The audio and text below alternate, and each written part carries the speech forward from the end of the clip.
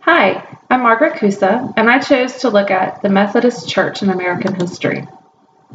Growing up in a large Baptist church and then switching to a much smaller Southern Baptist church in middle school, as well as attending a private Baptist Christian school, I didn't have much knowledge of the Methodist Church growing up. If someone had asked me the differences between the Baptist Church and the Methodist Church, I would not have had much of an answer. But during this class, my eyes have been opened to some of the differences in these different denominations and their individual importance in the American history.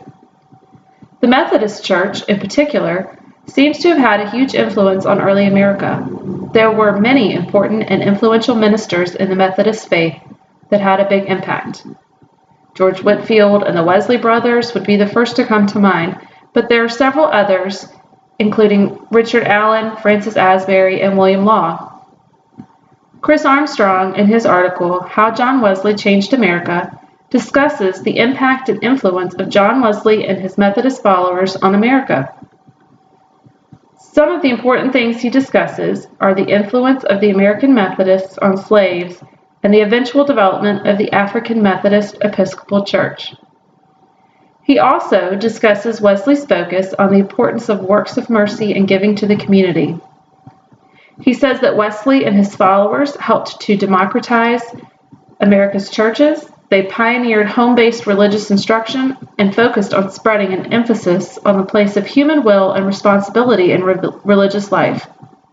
He says this touched and changed almost all other Protestant denominations in America. The influence of Wesley's focus on small groups can be seen in churches across America today, in Bible studies, Sunday school classes, and other small group meetings within churches. Education is another area where the Methodist Church had an influence on America. Although they were a little later to the game than some of the other Protestant denominations, once they were involved, according to Douglas Montana, they were prolific and did so with energy and efficiency.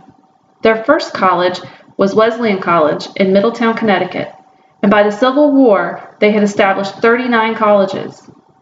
Indiana Asbury College, as an example, produced not only ministers, but lawyers, college and academy presidents, professors, congressmen, and senators, and according to Montana, was a springboard into the nation's elite. Another area that was strongly influenced by Methodism was the central part of the nation and the eventual idea of the American heartland. Barton Price looks at the influence of the Methodist Church in the Midwest, and specifically a publication entitled The Central Christian Advocate that was targeted at that area. He said both of these had an influence on the development of this region, as well as the overall American religious landscape. Print had always been an important part of the Methodist Church, and itinerant ministers had sold books and subscriptions to Methodist publications for years. This became especially important as the Midwest grew and helped to develop the Methodist denomination in that area. Methodist printing had a big influence across the nation, but the print media that was targeted at the Midwest helped to develop the idea of the American heartland. The Methodist Church has had many strong influences in America and is an important part not only of the history of religion in America, but in the current religious landscape as well.